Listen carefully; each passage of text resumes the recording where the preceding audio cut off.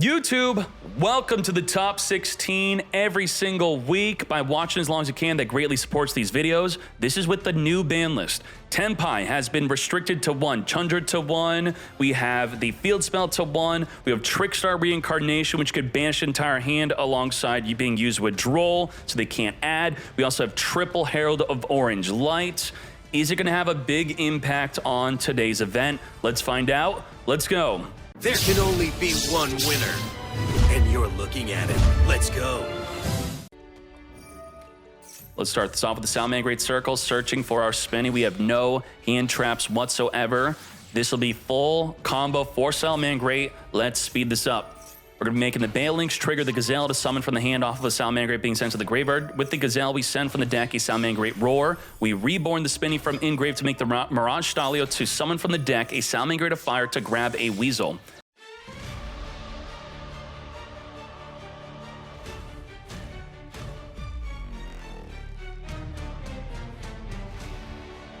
We're going to trigger Raging Phoenix, reborn from Engrave. Make this into a Link 4. Pyro Phoenix can wipe out the entire opposing field of cards. All monsters, all back row, and it's only within the main phase, right? Let's read the Code of Soul here. If you control a Link, it is during your opponent's main phase. You then get to Pyro over Pyro, and then you get to wipe up everything. That's a full field wipe. Plus, we have Destroy up to, what is this, 4 cards on the field with the Salamangreat Rage. We also have the Salamangreat Roar, negate anything. We also have the Impermanence, which will negate a monster. And then, what is this? Spell card Monster Reborn. Target a monster in either player's graveyard, special summon it to your field, but for the rest of the turn it cannot attack, and neither player can activate its effects. Well, Saphira puts herself in the grave to then banish herself to perform a ritual summon. This will pretty much be a DD Crow, so I will count it as a form of disruption. Let's go. Saphira, search, and this is when on the resolution, you'd have to use your Monster Reborn to steal it. You cannot wait for it to activate. There you go, perfect play. Stealing Saphira, your Saphira is mine. Now, DD Crow would have been fingered, but with the Monster Reborn, we actually played around the Call to the Grave.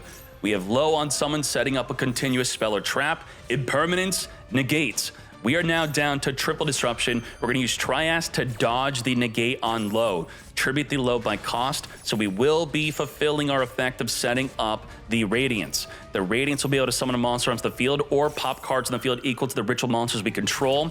We are going to negate the ritual summon of Prayers of the Voiceless. Now, what do we have left? We have a full field wipe plus the Salamangreat Rage. Salamangreat Rage is going to be destroying the Radiance before it gets to summon from the deck. No summon for you. We have Call by the Grave, fingering Promethean Princess. I forgot about the Promethean. It's another form of disruption that we also had. But we still have Code of Soul. At the end of the main phase, through the effect of the field spell to now link Pyro Phoenix over Pyro Phoenix, we're going to activate to wipe out the entire field. Wipe it. As we couldn't even get out a Skull Guardian. Salaman looking great. We're going to be searching our deck for a Jack Jaguar. Now let's end this duel. 5,600 damage on field very easily. We're going to put out enough to finish it as we now hop into game number 2. A great turn 1, which I miscounted the disruptions. They had 6 disruptions, counting the Promethean Princess and Grave. What is this? Well, you also have no disruption for our turn play. What can Voiceless Voice do? Search for Saphira, send Saphira to search for the Skull Guardian, activate Saphira to ritual summon the Skull Guardian, using the low to then reborn low from the graveyard, as the Skull Guardian also searches our deck. With low being summoned, it will be triggering to set up a continuous spell or trap. We have the Radiance, which will return back a ritual spell to search for a low that we could normal summon. We have Prayers of the Voiceless, tributing off the low to summon the Pendulum Graph Dragon. And just like that, what does the Pendulum Graph Dragon do? The Pendulum Graph Dragon states that when your opponent activates a spell or spell card or effect that is, you could place this card into the Pendulum Zone, and then you get to special summon your Odd Eyes monster from the extra deck, which will be the Meteor Burst Dragon, to turn off monster effects during the battle phase. We also have the Skull Guardian, which will be able to negate anything, and we have the Radiance, which will be able to pop up to 2 cards on the field, and we have Double Veiler. That's about 5 disruptions I am seeing here. Let's go. In addition to that, our Field of Light monsters are completely untargetable. We're going to turn this into Mirage Stalio. Mirage Stalio has an effect to target. It will target a monster in the field to return it back to the hand, but we can't target the monsters, and we can't target the back rows with its effect because it only targets monsters. We're going to use the Salamangreat Circle to search our deck as the Odd Eyes Pendulum Graph now negates, putting itself back into the back row as we summon our Meteor Burst Dragon, which will turn off monster effects from the opponent only within the battle phase. We still have the Skull Guardian, the Radiance, and the Veiler. We have our triple disruption here waiting to negate anything we want. We are going to be triggering the Gazelle as we chain the Radiance to summon, I believe, a Sarvis onto the field. Yes, indeed. So instead of popping, we're going to have the ability to negate a summon. We have to wait for them to activate to then change their activation to summon the Sarvis Ritual. We're also going to Veiler, negate that Gazelle, dropping us down to 2 disruptions left. I'm not sure if Salamangreat's going to be able to play through this, especially because of the continuous spell protecting us from being targeted by the Mirage Stalio effect. Now, the Sarvis will be able to negate a Link summon, and if you negate a Raging Phoenix Link summon, it was then improperly summoned. It would not be rebornable from the graveyard, but it would also get banished. We are now making our Nightmare Phoenix on summon, negate the summon, and we now have another form of disruption. By setting up the Blessing of the Voiceless, we can now summon Sarvis back on the field, and it will be activatable again. So we are waiting with that, plus our Skull Guardian negate, so we still have 2 disruption. Mirage Stalio targeting the Meteor Burst, but that will trigger the Blessing to summon our Sarvis back and ready to negate a summon plus banish that summon. And it is forever indestructible by battle. It may not sound relevant, but it quite is. We have the Sunlight Wolf adding back the Gazelle Engrave, and of course doing the only reasonable thing left, which is to surrender. Taking this into Game 3, both players, for Game 1 and Game 2, they went their first turn completely undisrupted. So to change that, we're going to have to be paying attention to Game 3. Will we have hand traps to break up their turn 1 play? Part of a deck seemingly being unbeatable is usually you not surrendering earlier than you should have. I'm not all for surrendering early. I think it's great to play out games completely, but it's also important to understand when in a duel, when you pretty much lost it. For example, someone brought up Labyrinth being one of those decks that feel like they're unbeatable or crap. There is a point in Labyrinth where pretty much if they resolve a Lovely Labyrinth to recycle a trap from Engrave, even if you lose 5 turns later, you probably lost on the turn that effect resolved and you weren't able to disrupt it. We have Terratop searching for the Take Tom board. Come forth and summon. We have not committed to our normal summon. This is a 1-card combo play. As the Mirage Stalio gets negated from summoning from the deck, we're going to be using our Impermanence, not our Ash Blossom. Negate. With just that Imperm, that was enough. We didn't need Ash, didn't need Veiler, but we're also going to be opposing against another Ash, Maxi, or Impermanence. And this is a very small detail. The fact that we used Imperm over Ash means that we now get to save Ash from Maxi. Do not forget the power of Ash of negating a Maxi. So you usually do want to hold on to the Ash if you can.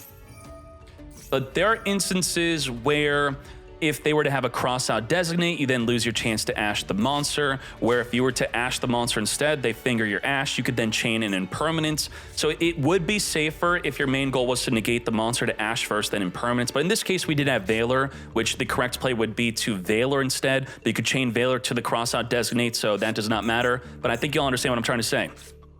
We're going to Ash, negate the barrier, and now you have triggered my Triple Tactics talent.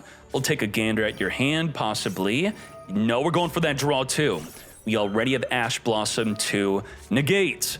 So in order to summon the Dogmatica Maximus, we need an extra deck monster in the graveyard. What we could do is normal summon the Veiler, make an Almirage, turn it into a Secure Gardna, and that would be our Maximus play. We're doing exactly that. Okay, I did not pre-watch this. Come forth, Secure Gardna. And now we could Dogmatica Maximus. Because we had this played, that's why I thought we would look at their hand instead of drawing. With the Maximus, we have Imperm to negate. Now, what's crazy about Sarvis is Sarvis can be played in any deck.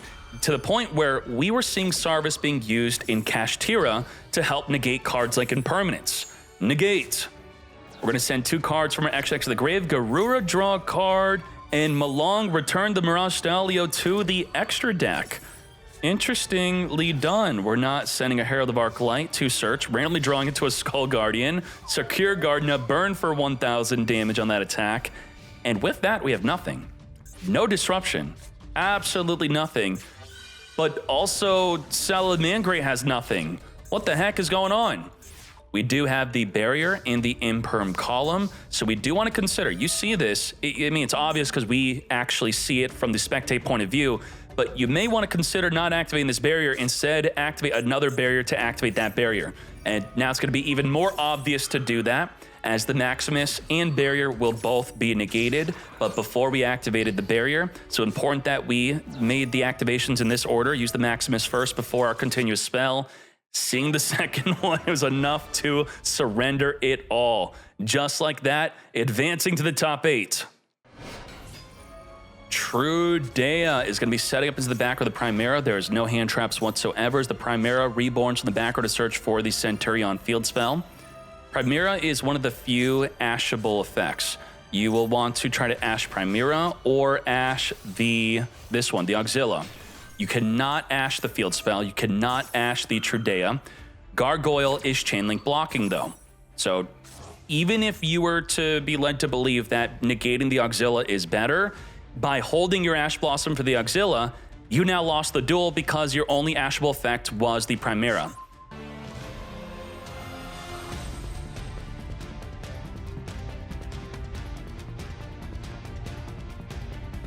That was a turn 1, I should say. I mean, this probably is the duel off of that. And the best card to draw for your turn is Maxi. Welcome to the party. They didn't have a way to stop the Maxi. So what do we do with this?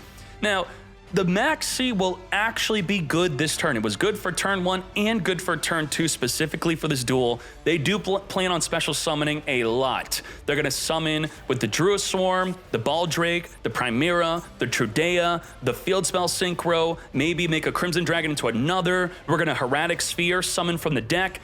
We're looking at possibly 7 special summons that we will draw with that Maxi. So of course it's going to be very important to negate that Call by the Grave, I would say, or no, negate the Maxi that is with our Baron de Fleur. Now, our disruptions here, as I pretty much counted them already, Hieratic Seal is going to spin back. Baron de Fleur is going to negate. We're going to make an extra deck monster, which will be a disruption. We're going to have the Druid Swarm. Send a card that is a monster to the graveyard after the Baldrake tributes it to banish an extra deck monster. That's about 5 disruptions I'm counting. Let's go. Codal being discarded to search our deck for the Sword Knight. Sword Knight being sent to the grave to summon our Nightmare Apprentice. Nightmare Apprentice activating to search, triggering the Branded Regained. As we then activate the Maxi, and now the Baron de Fleur has to negate, right? Whoa! We are not going to Baron de Fleur negate, but we will chain our other special summons before the Maxi resolves. Very nicely done. And this combo here, it's a very small combo. It's something you should be doing yourself. It is chain your Maxi to their Maxi. I don't even have to tell you why. I could show you why, because the Call by the Grave is in their hand. You forced them to finger themselves by chaining your Maxi to their Maxi. Otherwise, if you held on with the Maxi, you let their Maxi resolve, they then get to finger your Maxi, then your opponent would not be under Maxi, but you would be under it yourself. So very smartly done. That is the way. It counters Crossout Designate. It also counters the Call by the Grave. Regained, reborn the Magna Hut. As we now Apprentice searching for the Master Tau. We have not committed to a normal summon yet. Chimera and Magna Hut triggering. No field spell trigger. Interesting. Where's the fields? Oh, I guess we're just going to wait. We're going to Baron de Fleur, negate the Gazelle, King of Mythical Claws, which very desperately wanted to grab a Chimera Fusion. Now, to battle we go. We are going to be swinging in. What's important to know here is the Nightmare Apprentice, maybe we forgot this or didn't know this. If this battles a monster, neither monster can be destroyed by that battle. This could not destroy a Masquerena. This could not destroy a Hieratic Seal. We didn't have to spin it back, unless we didn't want to take the damage. We're going to set up in the end phase, and just like that, Chimera got super clapped. Holy moly. Centurion was way too good here. Let's Chaos Angel. With the Chaos Angel on summon, we're going to banish a card off of the field. And of course, we didn't trigger the field spell because we were further playing around a max C, which is fine. We are saying goodbye to that Lubellion. Fingered. Now, let's 6,500 damage. All we have to do is change the battle position of the Auxilia. You know it, he knows it, they both know it. Let's take this in a game. Number 2. Sword Knight is going to jump off the field to summon from the deck into a Baphomet. Baphomet is going to be negated from searching for 2 cards. Thus, we're going to call by the grave, finger that ash, negate.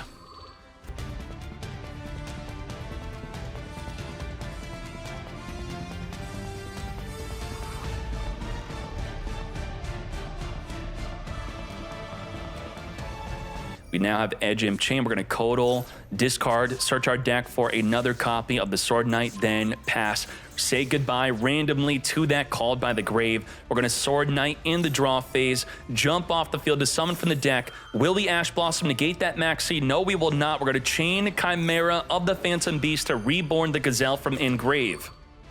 Come forth, and then we'll count up disruptions in a bit. Let's resolve this, summon, let's trigger that. Gazelle and the Baphomet both activating. We're gonna add 3 cards from our deck to our hand. Chimera Fusion, a level 4 beast. As the Mythical Claws also grabs, it would have been another Chimera Fusion. So what we're looking at here, I believe we have another Guardian Chimera. We should, right? Yes, we do. So we could again pop non-targeting and draw multiple cards. We could also possibly summon a Mythical Phantom Beast Fusion, which would then turn on our Codal, turn on our Sword Knight. Sword Knight would negate a monster effect activated on the field. The Codal would negate an effect that targets a monster we control on the field. Let's see what happens from here. We also have the Ash Blossom. So about, 1, 2, 3, about 4 disruptions possibly. Let's see, it's depending on how we decide to play this out. There is our Guardian Chimera for the pop 1, draw 2 play. I would say it's very important to chain link block your Chimera because it could get Ash Blossomed. Ash would negate the draw and the destroy. Edge Imp Chain's going to thin out the deck before we draw potentially into some new hand traps here, as we also grab our Nightmare Apprentice. There you go, Maxi off the top of the deck, plus another Ash Blossom. Stand-up Centurion cannot be ashed. Trudea is going to be summoning itself from the back row here, setting up a Chimera from the deck as the Gargoyle sends Trudea to summon itself from the hand as we now Maxi. What can we do here? We're getting super clapped. To battle we go, take out the Baphomet. As we now, main phase 2, wake up Centurion. Send from the deck a Phalanx, which has the effect to reborn from Engrave our Centurion monster. We do have the setup with Chimera and Trudea. This will be able to use the field spell to turn into a form of disruption. It looks like we're gonna have to make a Legatia though, which is probably not gonna be that good. Let's find out. Nightmare Apprentice searching for our Diabels as we now turn the field into a Little Knight. Little Knight on summon activating to banish the field spell, thus turning off our counter play. We couldn't have chained Trudea and Chimera into syncing with the field spell as the field spell activates on a separate chain link. Now we are super screwed. We're going to on-summon send from the deck a Beast, Fiend, or Illusion monster, triggering Gazelle and Edge Imp Chain, grabbing another Fright for Patchwork, grabbing a Codal off of that. As we now Chimera Fusion recycle itself from Engrave back to our hand, activate to fuse 3 bodies into the Illusion Beast. The Illusion Beast works as so. If you use it with 4 materials, the first attack will reduce them to 0 attack, and the other 3 attacks will deal over 9,000 damage as the monster will not be destroyed by battle, and it will be reduced to 0 attack. Now, we don't need 4 monsters if we have another big monster like Chimera. We use 3. First attack reduce, then 6,000 damage, our other attacks for game, and mind you, Little Knight pretty much says, and not explicitly, that you cannot win the turn you activate this effect because you cannot attack directly. But we're going to play around that effect of not being able to attack directly by keeping that monster on the field. Reduce to 0. Attack. Attack, 6,200 damage, lethal damage through the same turn of using Little Knight. Nicely done. Very nicely done. Let's see what happens. Emblema Oath is going to set up the field spell here. Activate this field spell, discard a card to set up a Trudea into our back row. Trudea come forth and summon, and now we get hit by that dreaded Maxi. We're going to Ash Blossom, negate that Maxi because we would like to make more plays, even though we're not heavily affected by Maxi. Maxi plus Imperm could prove to be a problem here. Now, we have not committed to our normal summon yet. Imperm, negate that Trudea, which we did not need since we already have a Chimera in hand. A good bait negate. Now, if it were a monster effect to change your level, and it's changing your own level, the impermanence would negate that effect. You would go back down to level 4. But it was actually the effect of while it was a continuous trap. Thus, the impermanence will negate the monster effect, not the trap effect of becoming level 8.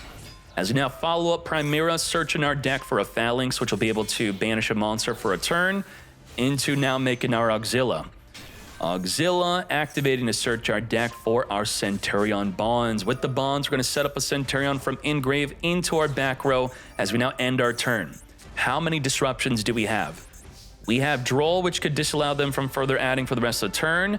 We also have the Chimera Trudea play, which will turn into a form of disruption, which could be an Omni Negate or a full field banish. And we have the Phalanx effect of banishing a monster on the field. Triple disruption, the Call by the Grave will go even with 1. Let's see what happens. Kodal, send to search for the Sword Knight. Will we Droll and Lockbird? And will we Call by the Grave? Yes, we will. Finger the Droll, negate. Now down to double disruption. Looks like we're setting up the Blazar Dragon possibly right now. Now, the reason why you don't activate both of your Centurions in the back row at the same time is because of Max C. First, you activate one, they don't respond, let it resolve. If you activate, they don't respond, you then chain Chimera, they then chain Max C. They now draw 2, no bueno. Now, we're gonna do it separately chained, just as we said. Chain link block the Chimera from an Ash Blossom. Super Poly is going to screw up that Synchro Summon. No disrupt for you, fusing away the Auxilla and Trudea, making a Moo Dragon instead. Now, the Moo Dragon turns off the Phalanx. The Phalanx must target a monster to banish it. The Moo Dragon will declare Dark. Now, Dark monsters cannot be targeted. So come forth, Baphomet untargetable with the Phalanx as we grab a Gazelle. Now, what's funny about the Phalanx is, in the TCG, it would be an illegal activation trying to target an untargetable monster, but in Master Duel, it's a legal activation as you would then banish your own monster. We now have the Phantom Beast, which is targetable through the Phalanx, to now be discarding a card randomly during the end phase through its effect. As we Baphomet, Reborn the Sword Knight, Gazelle, search our deck for a Kodal, and let's now Phalanx, banish the Phantom Beast, but the Kodal Engraved states that if I control a mythical Phantom Beast and you target one of my cards, I will negate. What else do we have here? As the Chimera Fusion adds back from Engrave to our hand, to battle we go, take out that Chimera, and poke for a simple 1900. The Sword Knight is also another form of disruption as their only card in hand gets discarded through the mythical Phantom Beast. The Sword Knight Engrave will negate the effect of a monster activating on field. So you'd have to be thinking, how can we chain link block our Auxilla? The Auxilla is activating on special summon. It will trigger here. Well, we could thank the Baphomet. So you have this decision of, do I negate the Auxilla with our Sword Knight, or do I get the effect of Baphomet, chain link blocking it from our own negate to search for 2 cards instead? Or we don't even get to that point because we're chain link blocking with our own Centurion Bonds. This is a great use of the Centurion Bonds. You should always be thinking about this. The trigger effect to block a negate. Think if there were a Baron de Fleur, an Apollo USA, anything that negates, you chain link block with that Centurion Bonds. So now it's not a difficult decision to, in fact, activate our Baphomet to search. Get the Chimera Fusion and the Gazelle as the Bond sets up the Chimera and the Auxilla searches for the Wake Up Centurion. Now, Wake Up Centurion will be summoning a token onto the field as level 4. We have Chimera summoning, activating to search the deck, chain link blocking again with the field spell. We cannot use Sword Knight. We wanted to Sword Knight Auxilla, we wanted to Sword Knight the Chimera, but Pluno Mech knows exactly when and where to chainlink block his own effects. But we now have a Guardian Chimera, which will non-target pop 2 cards on the field plus draw 1. As we are going to be making a Chaos Archfiend. Ooh, something spicy could happen here. The Chaos Archfiend states that if this card leaves the field because of an opponent's card, aka the Guardian Chimera that's activating to wipe out 2 cards, it will then activate to summon from the deck a Chaos Synchro, which would be the Chaos Angel, to then banish a card on field. Let's see what happens. Guardian Chimera knows to not destroy that, right? Or does it not matter to still destroy it instead? The Baphomet triggering to reborn the Sword Knight. Gazelle searching our deck for an illusion monster. Come to us back on the field. Gazelle setting up the Nightmare Apprentice for next turn. As we now draw 1, pop 2, we did take out the Chaos Archfiend. And just like that, it's triggering to now summon the Chaos Angel. Chaos Angel on summon, banish a card on the field, but Sword Knight finally. We have a single moment where you are not chainlink blocking your monster effect on field. Thus, we get to negate. We're going to wake up Centurion, send a Centurion card from the deck to the grave. We have, is that our second copy of Phalanx? Okay. To battle we go, big enough to take out that Guardian Chimera. Now, the Guardian Angel has no effects right now. Effectless. It's not protected from battle, not protected by monster effects. Chimera Fusion, recycling itself from in-grave back to our hand. Codal, discard, search our deck, come to us, a Sword Knight. With that Sword Knight, we're going to summon itself, jump off the field into a Gazelle. Gazelle not going to even search. As we're out of searches, we discard to summon the Nightmare Apprentice to grab a Master Tau. Master Tau sent to the graveyard. We will then use its effect to reborn from grave as the Trudea and Primera chain to the activation of the Chimera Fusion to set up a form of disruption. We have about 2 disruption here. The Wake Up Stand Up Centurion is going to turn into a Synchro, which will be a disruption, and then the Veiler will be able to negate. Now, because we are turn player, we're going to be on the lower chain link to the field spell, thus the field spell would not be stopped. If you were to summon the Guardian Chimera on their turn, where they wanted to trigger the field spell, which they don't really have to do so, they could just synchro in an open game state, it would be the higher chain link, it would stop something like the field spell. So us having turn player priority is a downside, is what you just have to understand here. Master Tau targeting the Nightmare Apprentice in grave to reborn from engrave. Primera activating to search. Chainlink blocking with the stand-up Centurion as we then Veiler negate the Chimera, but we have a Chimera Fusion or Codal, which will stop us from being negated. You targeted our monster while we control a mythical Phantom Beast. Thus, Codal from field or engrave will banish to negate. As we make a Legatia. Legatia on summon will activate to destroy a monster with the highest attack to then draw a card. That highest attack being the Guardian Chimera as we search for a Diabels. Draw 1, pop 2, doesn't even activate because we are on the resolution of the Chimera. No Legatia effect for you. We're going to follow up Chimera Fusion into the Chimera, the Illusion Beast.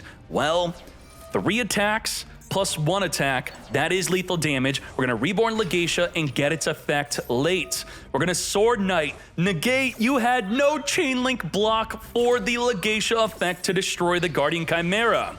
Negate. And, well, now you know what happens here. Reduce to 0, attack again, lethal damage. The Legatia didn't matter then. That was just lethal Illusion Beast. Yeah, did not matter. Didn't even matter. Yep. It could not choose to destroy the Illusion Beast. You are going to draw 1, then destroy the highest attack. The Guardian Chimera was protecting the Illusion Beast, which alone was lethal damage. Are you ready? We have Ritual Beast versus Tenpai not knowing their place after the ban list. After being limited to 1, this mad lad is still playing Chandra and Sangan Summoning. Let's find out why they were able to make it into the top 16. Begin. Activate our Ritual Beast Inheritance to search our deck. We're going to Ghost Ogre, destroy, stopping the search right then and there. Call to the grave, fingering that Ghost Ogre. Negate. We will, in fact, get to grab from our deck, likely a Canahawk. Now, this is where things get really spicy. Ritual Beast can play around Nibiru, but We rarely make that play within Master Duel because Nibiru is not as likely to be seen. So we are banishing a Rapangu. We're on summon number 3. And with this, that's all the summons. There you go. We did not make the anti-Nibiru play, by the way, because we didn't banish a Laura. We got greedy. So did we make a mistake? Well, no one plays Nibiru though, right? That's not fair to say we made a mistake. We would had to summon a Laura if we wanted to play around Nibiru happening right here, right now. I guess we did not Nibiru when we could have. Wow. We didn't have a summon. We used up the summon with Elder, then we additional summon. We couldn't summon Laura. We didn't have a Laura in grave. We didn't have this. So if we Nibiru'd that field, I think we were gonna lose. That was it, we were gonna lose. So thank you for allowing us to put Laura into the grave. We didn't play around Nibiru, but then you didn't Nibiru, and then now it's more okay if you Nibiru us than earlier. Let's reborn the Canahawk. We used the effect of the Tamer Laura to get that additional summon, which we would have not had. So do understand that I am correct in that the Tamer Laura was not summonable. Canahawk is going to come forth and summon 2 banished cards. This is a fat field as we summon for the deck. Now, we then played into Nibiru again. So we played into Nibiru, then it wasn't good to Nibiru, and now it's a great time to Nibiru. How do you play around Nibiru in Ritual Beast? You have to not trigger the Tamer Laura to summon a monster from the deck. You have to set up some form of disruption like in Apollo USA before you trigger the Tamer Laura. If you trigger that Tamer Laura, then you are done. Goodbye to it all. This is going to be a big token. No, I think the Ritual Beasts are kind of small though. Not going to be too large. Only 10,000 defense. And what we're left with is simply a Called by the Grave and nothing more. If you finger a Chandra, that's it. Chandra's limited to 1. And guess what card is good against Tenpai? DD Crow is great against Biden Dragon. And now you could DD Crow their 1 copy of Chandra and it's gone. Again, Inheritance. And again, Ghost Ogre.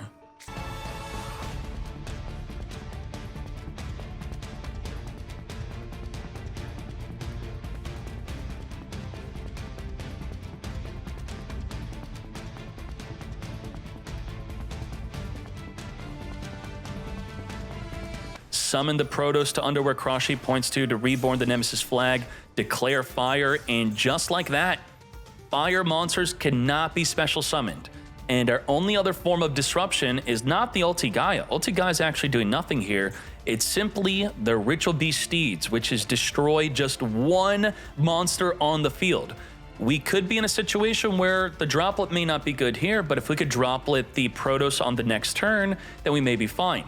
What's going to be scary is we don't know if the Gaia Pelio is going to have a card in hand to banish to negate our droplets. So we're going to be forced to send our Fadra or Ghost Ogre. We're going to have to send a monster to make it so the Gaia Pelio cannot respond. Set, pass. That's it, mate. We got it. So we couldn't special summon fire, just like that. The Ulti Gaia is not going to be activatable. We're going to be banishing from Engrave to summon our Nochi, return back our Canahawk. Canahawk, activate as the Ogre now negates. Not negate, destroy. Destroy. But you could banish a Laura from Engrave to protect from destruction, which we did not have. We banished a Laura instead from the deck, triggering Laura to summon an Elder from the deck, turning the Ulti Gaia and Elder into a Kimu. Kimu is now going to be returning itself back into the extra deck to summon 2 banished Ritual Beasts back, as the double Tamer Laura will count for them being special summoned once, as the now Ulti Canahawk is going to be searching our deck and summoning 2 Ritual Beasts onto the field. Who is going to win this? Is Droplet going to be enough? We do have the Kaiman. Kaiman's going to be able to summon from the deck any monster we want. That is going to be our Tenpai. Let's Inheritance. Reveal Laura, search for a Panga. We have not committed to our normal summon yet. Say goodbye to that Shifter from in hand. We do not need it. As we now make an Ulti Hawk again. Reborn the Nemesis flag through the effect of the Cross Sheep. As the Canahawk now again searches the deck and summons 2 non-special summoned Ritual Beasts. Grab a Tamer Laura. As we now declare fire. And then use Forbidden Droplet. There is a situation here, right? Let's read this. If you control a Ritual Beast, destroy a monster in the field up to the number of Ritual Beast cards you control. So you could Steeds destroy your own Protoss, right? Is Protoss indestructible from your own card effects or only your opponent's? Well, we very much would want to find that out. Cannot be destroyed by card effects whatsoever. That's why you could Protoss call its own attribute and it does not destroy itself. So Steeds will not be able to wipe out Protoss dodging the droplet. We're not locked out of summoning fires now. And that is your main way to instantly beat us. As we grab Genroku to then trigger Genroku to summon itself onto the field, to then Genroku summon from the deck. Ooh, yeah, that happens. I talked about this. If there's a Genroku and they don't activate it as soon as it's summoned, which they couldn't, we had turn player priority to activate the Steeds, this is non-target disruption. Non-target disruption versus a card that could jump off the field, you should use your non-target disruption first. Because what's going to happen is, by you activating Steeds before them activating Genroku, you ensure that their newly summoned monster from the deck, which could be a Fadra, which could be a Pydra, will not be able to activate. Whoever activates first wins. So we needed our toggle on. I don't think we needed toggle on. Toggle auto would have been fine, but making sure to activate it on summon, that was the correct play. As we now access the codes, it don't matter, the droplet is not activatable. We can only activate one per turn. Banish, wipe out that droplet. Let's now very easily lethal damage. Wham bam, thank you ma'am. Let's take this into game number 3. You are post Banlist Tenpai. Do you now have room for a better turn 1, or is that copium? Do we just put in more hand traps, more board breakers? It's an important question as we go into game 3 because Tenpai is going to be choosing for Protoss to go first again. Do we really want Protoss to lock us out of fire? Or would it be better if we instead go first, even if we just set up a Heretic Seal? We're not getting turn 1 Protoss. We have Tenpai post-Banlist choosing for turn 1 Protoss to go first. We do have DD Crow. We do have Impermanence. Let's find out when the best times to activate those cards will be. Let's go. Do not imperm this ever, please. We're going to now summon the Canhawk. It's not that it's a bad imperm, it's just objectively does nothing. It does nothing. It does not negate anything, doesn't turn off anything. It's not just bad, it just does nothing.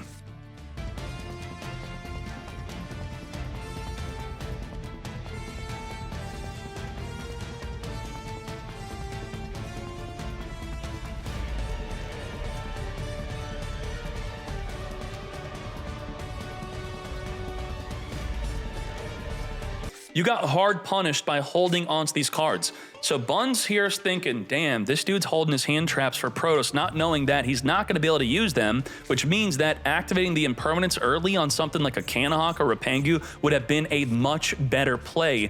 And we would have done that if more Ritual Beast players would be setting up Ulti Gaia before the Protoss, letting the player base know that you can't just wait for Protoss.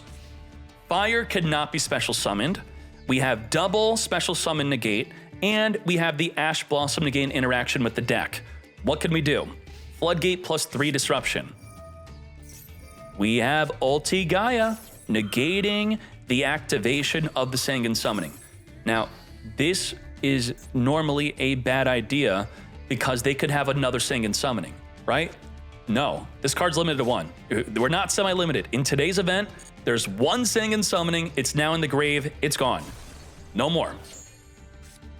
We're now going to DD Crow, banish from the grave. And also another reason why you'd want to negate the activation, even if there's multiple copies, is what if they summon a Pydra? You can't Ash it because it would be unaffected. You also can't Gaia Pellu it because it would be unaffected. So getting rid of the activation, that's another reason why you would want to stop it. Genroku, can't summon from the deck because of the Protoss. Got him. Now this will be quite interesting. We have 2 negates, and they have 2 negates. So if you Genroku, you then try to negate the Genroku, I could then imperm, you then try to negate the imperm, I could then droplet. Now you may be thinking, just use droplet, send a monster. We don't have a monster to send. We can't afford to send the Genroku. Sending the Harpy Feather Duster is what we're gonna be sending. Protoss, imperm, negate the Protoss, Gaia Pelio, negate the negates, droplet. Oh my goodness. we couldn't send Genroku, but we had to.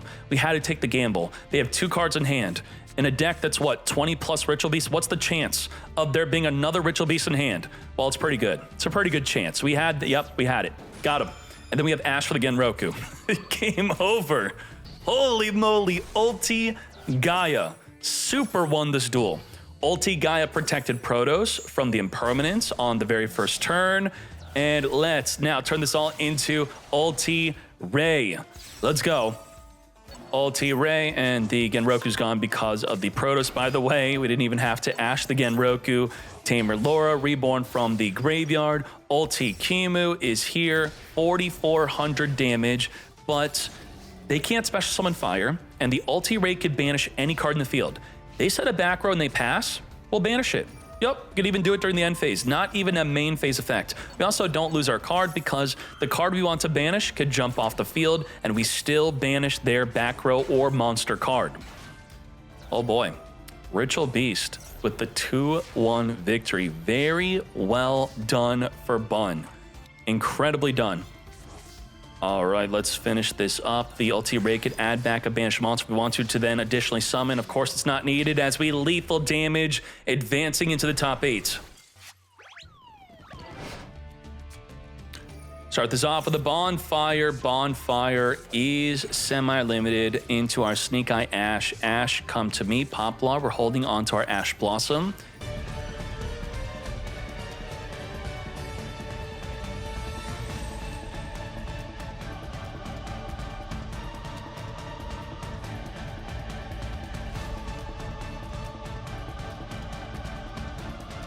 What the hail was that? A very late to the party. Welcome, Maxi, again. Always being drawn for the start of turn 2. I love it. We have 4 monster negate with the Apollo USA. We could Kieran pop a card on the field. We could Amble Whale pop a card on the field. We could Masquerina go into a Little Knight banish. We have Promethean Princess, which will then pop a card on special summon. At 9 disruption, do we have an Arvata somewhere? Where's the Arvata? 9. Looks like we're going to, we could. It's 9 to 10. 10. The Garunix could get Arvata in the grave, and then we could use the Kieran if we pop it to then reborn the Arvata to then pop. So 9 to 10. I don't think we could do this. Let's pot a E. Thankfully not being negated through anything. Here's our draw 2. Saphira, search our deck. Apollo's a free negate. Why not mate? We really needed impermanence. Imperm onto that Apollo. Without imperm, I think that is what costed us the entire duel. We are now down to 9 disruption as we now go down to 8. 8 disruptions negate the low from setting up a continuous spell or trap. We have Anima, which will suck up another disruption off of the Apollo USA. Activate, she negate. We're now down to 7 disruptions left. There can be only one if that were to resolve. It's not going to do anything. We now have Typhon. The biggest counter to Typhon is Promethean. But we have Sarvis to stop Promethean. But they have Apollo to stop the Sarvis stopping the stop. Wait, you didn't Apollo? Huh? Why would you not Apollo the Sarvis? I thought, oh, wait, you can. You just didn't. You chose to not do so. Okay, we have Apollo negate the Maxi mate. Now, what is happening from here is we pop the Amblo Whale. Promethean's reborn. Amblo Whale is going to be reborning the Masquerina. Promethean is getting negated. Is too much. It's only 10 disruption. 10 disruption proving to be way too much. Well, maybe that's why they're maybe not banning Maxi, as we're also going to have Fool Loss with it. Now, if you missed out on the earlier part of the stream, we did bring up a past event that alludes to Maxi still getting banned before the pack comes out in 2 weeks. It's not copium. A precedent has been set. Silva was banned days before the pack that Dark World came out in a separate ban list from the main ban list. We still had a main ban list, but then a few days before the pack, that Silva out of nowhere got banned. Maybe Maxi is going to be hit. We are going to, in response to the Diablo Star, activate the Radiance of the Voiceless to shuffle our ritual spell back to summon our Sarvis. Now, what is going on here? The Sarvis is waiting for them to activate an effect, then Sarvis will turn into a Sarvis ritual. We also have Ash Blossom to negate. We have 2 Disruption Mate. Now, the Sarvis ritual will be able to negate a special summon. It could have negated the summon of Diablo Star. It cannot negate the summon of Kirin. It will be able to negate any Link summon from the extra deck or Xyz. Anything from the extra deck here will be negated and banished. Are you ready? Original Sinful, send Diablo Star, Ash Blossom, negate. We could not whip out the Sarvis, and now we're in this awkward spot where the Sarvis should be able to summon a Sarvis ritual, but we have an open field. Through all of our activations and, well, you know, just Diablo Star. After Diablo Star, we could imperm the Sarvis. We also are using Triple Tactics Talent, which they're going to use the Sarvis to jump off, summon the Sarvis ritual, which will very simply imperm negate it. Are you ready, mates? Go for that draw 2 play. Bro did not imperm the Sarvis. I guess it's because we don't have any plays.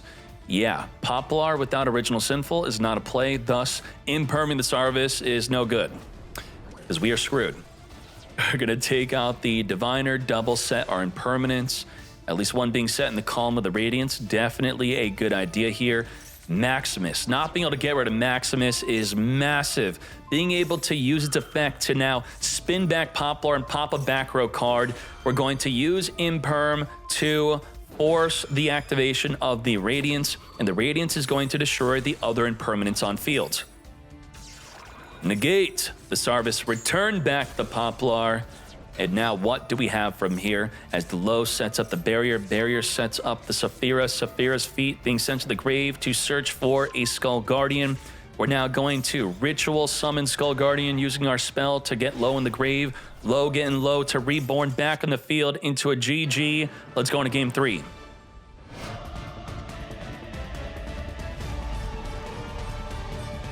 The Maxi has not even been revealed yet. What the heck? The T set is more like an L set, as we set the Alchanics, waiting to be destroyed to summon a Garunix from the deck, which leads into nothing. We're going to send Garura with the Nadir Servant, turning off our use of the extra deck, but we get to draw a card here. Maximus banishing an extra deck monster from engrave to come forth and summon, to then send 2 more extra deck cards to the grave.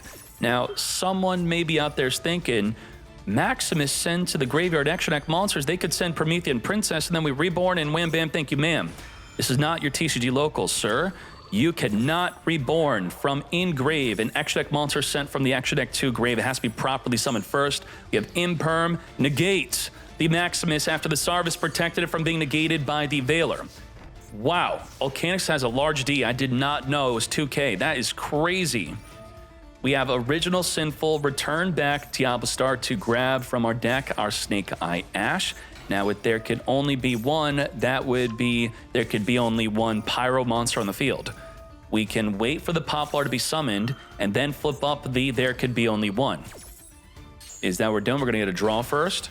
We're waiting. We're waiting. Okay, allow them to make the Link Rebo because we're getting free special summons here. Snake Eye Ash is going to send itself the summon from the deck, come forth, Flameburge. With the Flameburge, we are further drawing Nightmare Phoenix. We let them summon Nightmare Phoenix. I mean, I guess they would have, to stop Nightmare Phoenix, we had to ensure that as soon as the Poplar, it still wouldn't have been stopped. We'd have Ash, we'd have Volcanics, which could then go into a Fiend. That would be a legal play. But we do have Nibiru. Nibiru was just newly drawn. And the Nightmare Phoenix was negatable by an Ash Blossom because it was co-linked. It is going to draw a card. If it were to not be chain link blocked, that is, there could be only one Pyro as the Snake Eye Ash is sent to the grave. We're going to Nibiru on the Resolution, chain the Maxi, which is a draw 2. We draw for the Nibiru, we draw for the token.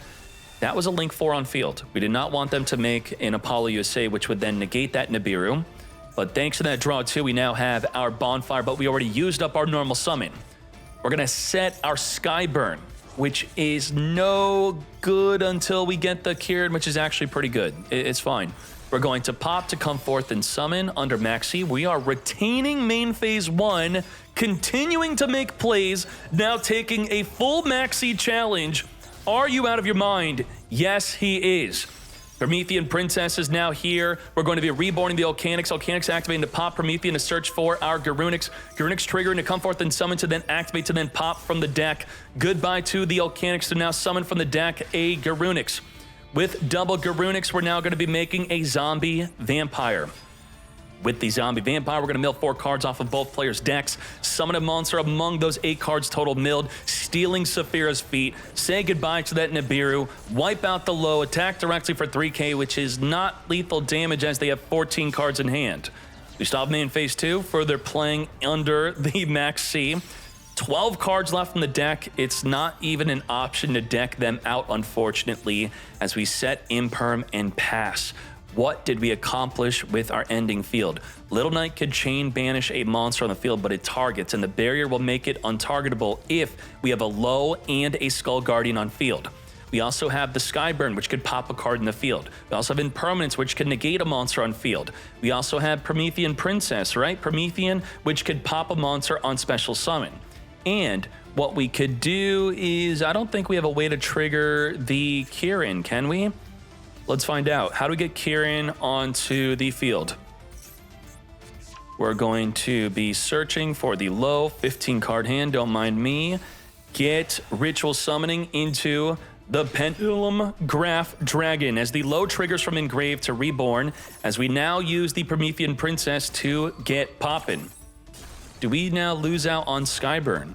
How do we use Skyburn? How do we get a Fire King on field? The Garunix being destroyed doesn't trigger anything.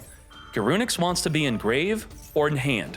So what could happen here is if we, as the Voiceless Voice player, destroys the Promethean, probably within the damage step, that's when things are going to start popping off like crazy. We got to be very careful.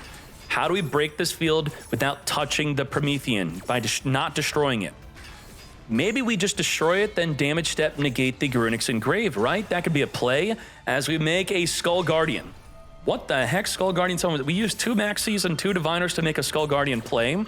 As the Skull Guardian activates the search, as the Diviner being tributed will summon a low from the hand or deck, summoning our 3rd copy of Diviner, sending the Entis to take out the back row Impermanence, which cannot be used, we cannot be targeted. We're going to return back the Banished Radiance, further turning this into a Chaos Angel, which will on-summon, not destroy, but banish the Promethean, which really wanted to trigger the Garunix. Very good for playing around that.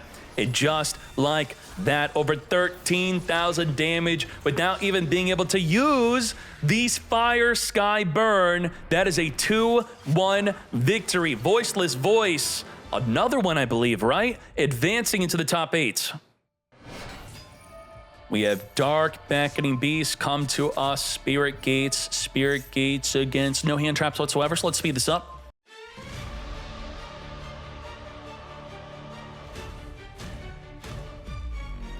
The Solar Rage is pretty much a triple disruption on 1 card. So if you're able to stop this 1 card, it would be a good play for you to do so. The problem with stopping this card is it is then rebornable with a Lord of Yama that is normally in grave. This will link with their monster into a Little Knight Banish, into a Little Knight Banish. We have Escape, which could pop a card, which we're going to be using with the Lord of Yama. And then we have Phantom of Yubel, which will negate a monster. We have the Ash Blossom, which will negate an effect to interact with the deck. About 6 disruption with this deceptively non-crazy looking field. Just 6. Call by the Grave is a perfect counter for Phantom of Yubel. We're going to Gold Sark, banish from the deck. We were just talking about with the nerf of Tenpai, Branded will be coming back, and I think now's the time to bring back the Branded. As we Aluber come forth, grab from our deck our Branded Fusion. Serenir, say goodbye to the Dark Beckoning here, as we tribute off the Serenir for our Lubellion. Lubellion's going to set up a Branded Lost. Serenir sending from the deck to the grave the Branded Sword, which will grab back an Albaz banished monster or card. We're going to use the effect of the Escape to take out the Branded Lost. We're going to Ash Blossom, negate the Branded Fusion mate as we call by the Grave Finger the Ash Blossom. We're now down to Soul of Rage, Link Off, Banish, and Phantom of Yubel, negate a monster effect. That's all we have left. As we successfully resolve that Branded Fusion, sending the Quem and Albaz to make the Albion Branded Dragon. on summon, activate, defuse. We're going to Phantom of Yubel, negate you, which you cannot use the Forbidden Droplet on. We're going to then chain the Soul of Rage to link off with the Lubellion. We're going to use Branded in red, which is going to add back the Quem, then fuse with our hand and field, fusing with the monster you wanted to link off with. So what now happens is the Phantom of Yubel will successfully negate the Albion, but the Soul of Rage is stuck, and it's a hard once per turn activation of being able to link off with their monster. So our effect of link off, banish at Little Knight, banish at Little Knight, that's 3 disruptions down the drain thanks to a single Branded in red. Oof, Yubel getting clapped up here. We're gonna pop a Spirit trigger to summon a Yubel, as the Guardian Chimera is going to non-target pop. How many cards? 2 cards on the field as we then draw 1. Pop 2, draw 1, as the Branded Sword grabs back a Guiding Quem that was banished, reborning the Yubel, which if we destroy, it will be able to summon from the deck. Now it's important to note with the Yubel, I'd have to double check, did we have a way to chain link block our Chimera? Well, you could look it up yourself. The Yubel states that when this card is destroyed, you could summon. It is optional, it is when, it misses the timing. If you could get the Guardian Chimera on chain link 2 or higher, it would have been perfect to destroy that Yubel. Did we have that? What was resolving? The Branded Sword is not a trigger effect. We didn't have any triggers. We are going to triple tactics, talent, draw 2. Now, Spirit of Yubel does not miss the timing. Does not miss the timing, does miss the timing. We're going to Forbidden Droplet. Now, we negated you so you could be destroyed. So you don't summon from the deck, right? No, you still summon from the deck. That effect is off field when we're no longer negated. But we normally play only 1 Yubel. That 1 Yubel is already on the field, thus we don't get the effect of Spirit of Yubel. On the attack, we're going to summon a Spirit of Yubel into a Super Polymerization, fusing with their field. Thank you for giving me a fusion material, my friend, as we can now attack directly for game with the Garura as the Albion swings for 25. 2 heads, double damage, 3k to the face. Branded's back. Branded is back with the downfall of Tenpai. Let's go. Going second with that Ultimate Slayer, we could get rid of a Link, we could get rid of a Synchro, we could get rid of a Fusion. We don't have an Xyz to get rid of, though.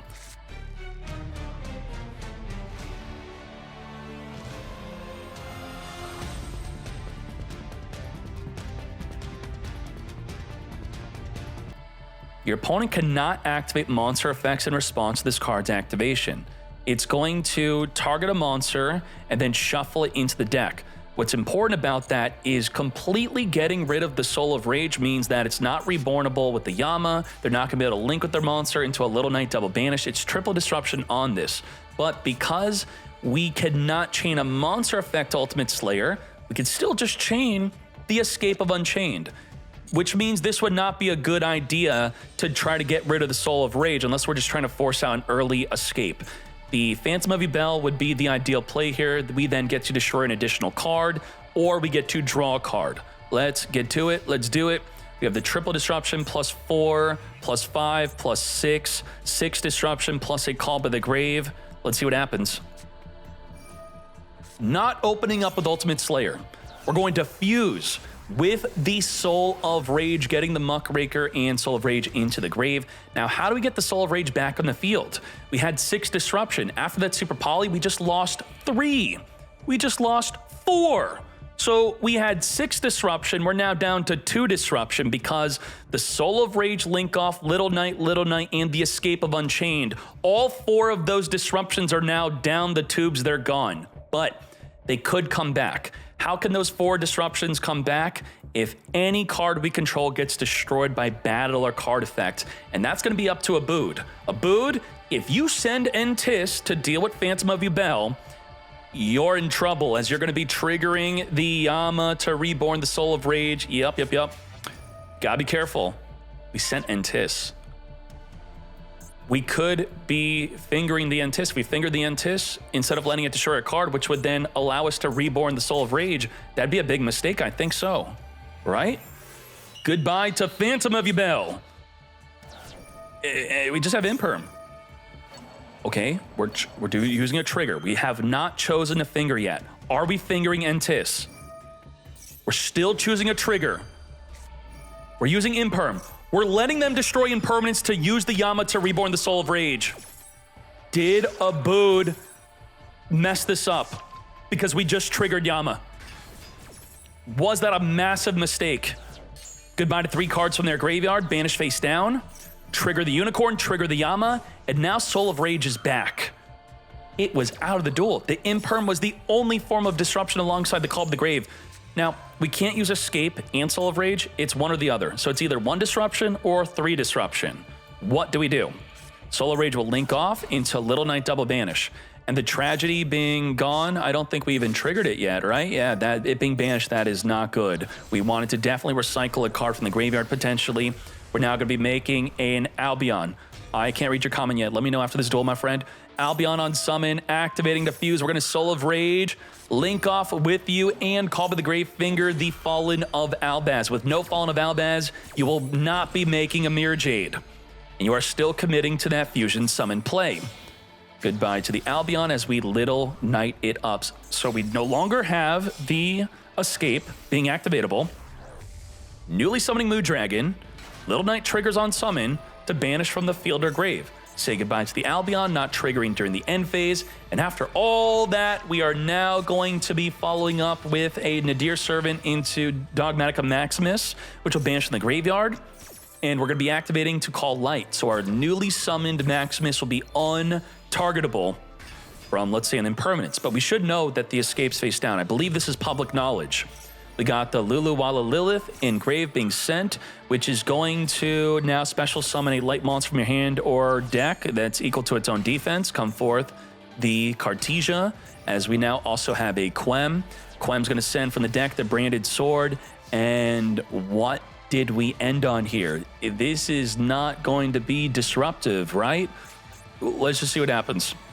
We have Unicorn, activate the Nightmare Pain, pop the Spirit of Yubel, searching for a Squirmer, trigger Spirit of Yubel, plus a Nightmare Throne to get 2 extra bodies in the field, unless we use the Nightmare Throne to return a Phantom of Yubel and grave back into the extra. We're not doing that. We're grabbing the Terra Incarnate. We're coming forth and summon. Don't forget, Nightmare Pain reflects battle damage, and the best battle damage we have to reflect is 1600. We are going to Little Knight attempt to banish the Cartesia as we're using the Mood Dragon to make the Cartesia untargetable, so it's our last chance to banish it. Thus, we're going to change the Little Knight to Fusion Summon as the Branded Sword adds back the Albaz on the activation of the Cartesia to ensure that it's going to be fused with the Cartesia. Let's get to it. Let's do it. Fuse with the Albaz into our Mirror Jade using a Mood Dragon. We now have a non-target monster banish. Unicorn is triggering. We are not triggering the Mirror Jade. We're activating to non-target banish before they make a Phantom of Yubel within the open game state. Say goodbye to the Terror Incarnate as we banish from their extra deck a Sanctifier Dragon. D Lotus is going to tribute to summon a Spirit of Yubel. Squirmer is here as we now make a Dark. Dark will steal a Dark monster from the opposing player's graveyard as Abood now surrenders despite having Super Poly and an Ultimate Slayer to help break their turn 1 field. Well, Brandon now gets to go first. Oh boy, let's go. Take a sip. Imperm, negate the Quem as we summon it from the deck within the draw phase to play around a Veiler. Negate. No send from the deck for you. Also no effect to Reborn from the grave. We think we baited their Impermanence, but they have another double Imperm. It's okay. If the idea is, if you get disrupted by hand traps, you will have triple Tactics Thrust being activatable, but it was double Impermanence, so the thrust is dead. But there's a plan B, plan C, plan D, make Anaconda. Could this have worked at a TCG Locals? I'm confident it would have gone through and no one would have batted an eye, but it would actually be an illegal play because the branded opening does state that you cannot special summon from the extra deck except fusion monsters for the rest of the turn after activating this. I think a lot of people forget about that clause on the branded opening and only think about the branded fusion. Now, what do we have from here? We just have Droplet. Oh boy, let's go. Then we're on our open field. Come forth Cash Tira with Yubel. Definitely something going on. We have D-Lotus jumping off the field to come forth and summon our Spirit of Yubel. This is when we're going to choose to use our Forbidden Droplet to negate both of you, both the Fenrir and the Spirit of Yubel. You're out. No Nightmare Pain. We have already committed to our normal summon. We're going to be summoning our Phantom of Yubel. Swing for a simple 1200. Now, ideally, please, if you activate any monster effect in the main phase, this thrust is a branded fusion to our hand, but it has to be, not even during the main phase. Correction. If they max C in the draw phase, it will turn on the thrust. So will we turn on their thrust into a branded fusion when we just have to, our best play is to do nothing? Don't max C, don't banish, don't negate, they don't thrust, they probably scoop. What else are they gonna top deck into? Cartesia off the top of the deck, and we just max C'd for no reason. Uh-oh, thank you. We now get thrusted. We had no play into a grass. This grass is gonna mill a ton of cards. Are you ready? 18 card mill. Mill, tons of milled. Was it enough? Did we get what we wanted? We have the Serenir sending from the deck a branded fusion to add back to the hand through the effect of the tragedy, but identifying that was the play that they want to do, we're going to Phantom of Yubel, negate the Serenir, no branded fusion for you. And with that negated, we could tragedy recycle back something else. What, branded in red? Is that a play here? Brandon red, come back, but it's set. It's a quick play, so we can't use it the turn it was set. We have to wait for the next turn. There is an Albaz in the graveyard that we can grab, and that's exactly what we're gonna do. Albaz into a Call by the Grave. Where did that finger come from? It was off the top of the deck. Ain't no way you top decked a Call by the Grave, and Abood knows it because that Call by the Grave would have been set. You would have set that card if you had it. You top decked it, you dirty top decker. Come forth and summon Spirit of Yubel, set up that Nightmare Pain, and from here, what's there to be said? Let's just get clapping, yes? Pop, grab Squirmer, Squirmer come forth and summon, making the Dark Steel, the Aluber from the grave. Squirmer banished to come forth and summon Spirit of Yubel. To battle we go. Let's reflect 3,000 damage, banish, then attack directly for 2,400. Lethal with your Aluber for game. 2-1 victory. Damn.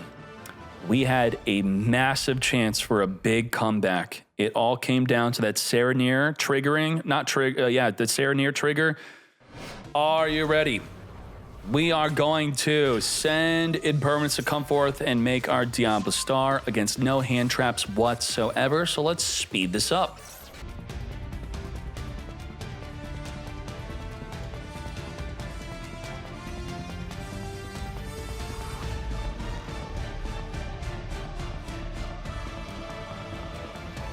We do have the Flameburst, or the Field Spell, which could reborn our back row Masquerena, which could go into a double Little Knight banish. The Azure Rune can negate an inherent special summon. We then have Ogre, which will destroy a monster or a back row card. We have Bell, which will negate an interaction with the graveyard, and it could be done within the damage step. We also have Max C. We also have the Promethean Princess, so 6 disruption plus a Max C is what we're dealing with. Let's see what's good. Whoa.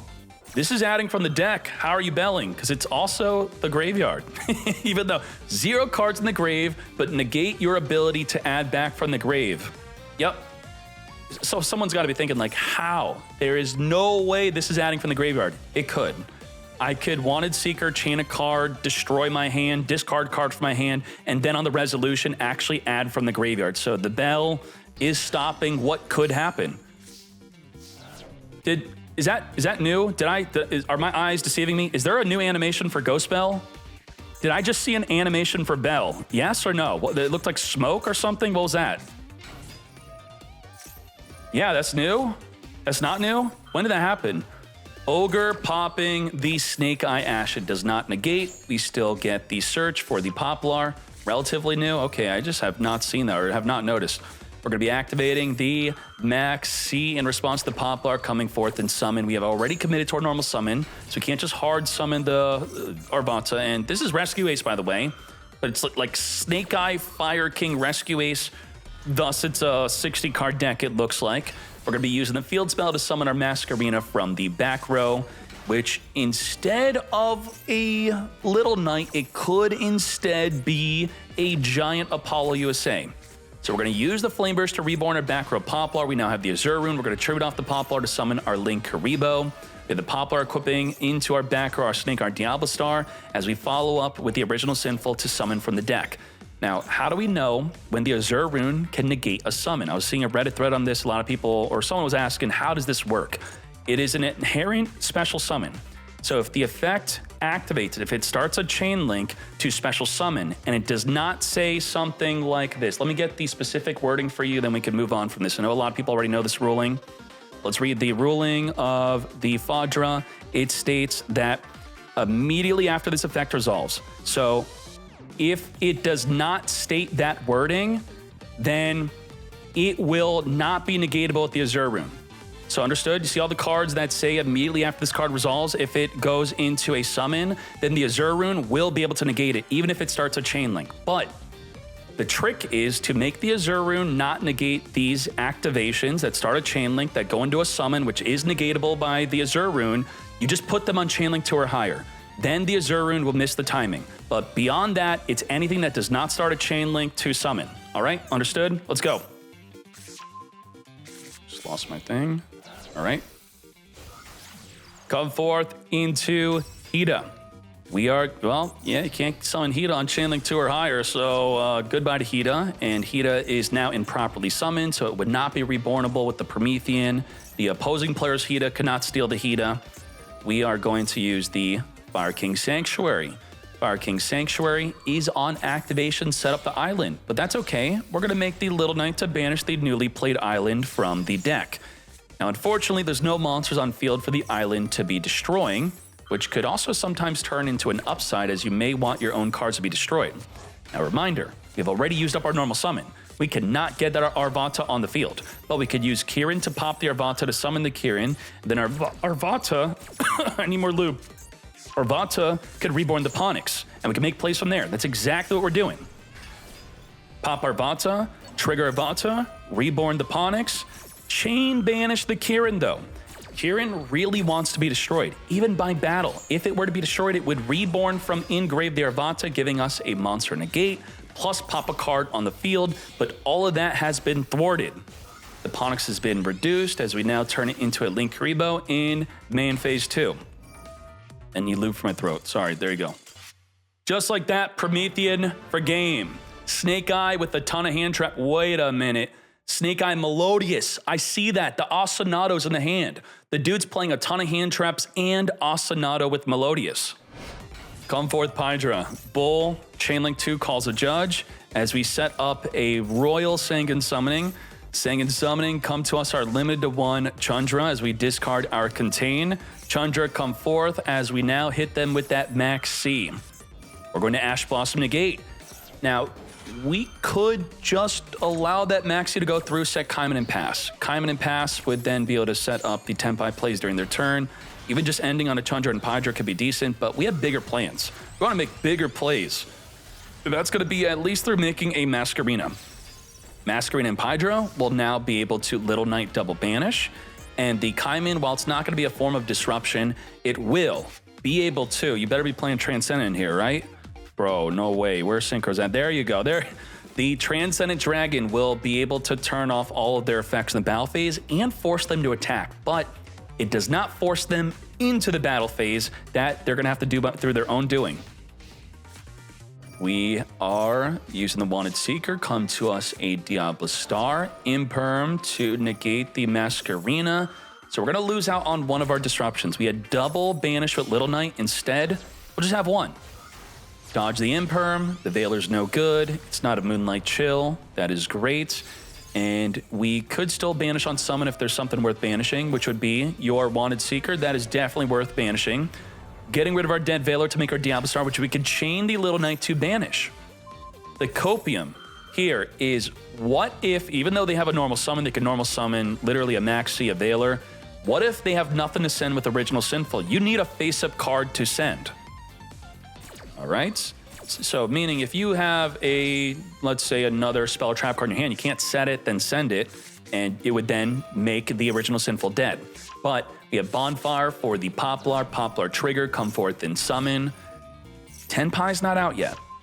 This is okay. The Kaiman is okay. It is protective. How okay is it though? Original Sinful, send the Snake Eye Diablosaur to summon the Snake Eye Ash. We have not committed to our normal summon yet. Got that Oak ready to normal. As we now make a Linkuriboh. Linkuriboh triggering Poplar to equip the Snake Eye Diablosaur. Snake Eye Diablosaur equipping the Poplar to summon itself from the back row. Send Poplar with Ash to then summon a Flameburge Dragon. Flameburge can't touch the back row. It pushes a monster to the back row.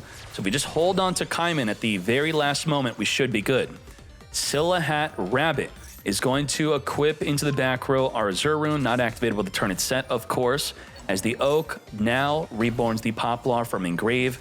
Uh-oh, we are in the battle phase, and we can now, at 11,000 damage, we can very easily make Transcendent Dragon, and then you have to attack with everything. But at 3,000 attack, you could Suicide into the Transcendent. But at 3 attacks, Transcendent could reborn from the grave. So what exactly is going to be going on here? Let's find out. Grab Fadra, summon Fadra. Fadra on summon, reborn from the grave, a Chundra. And with that, we're going to activate to Synchro Summon into our Bident Dragon. Bident Dragon on summon, reborn the Fadra. Fadra, activate Synchro Summon. Didn't we have a Pydra Engrave? Did we pass on Pydra Search? Yes, we did. But you now have to... We just main phase 2. Wait, what happened? What happened? Why did you not have to attack?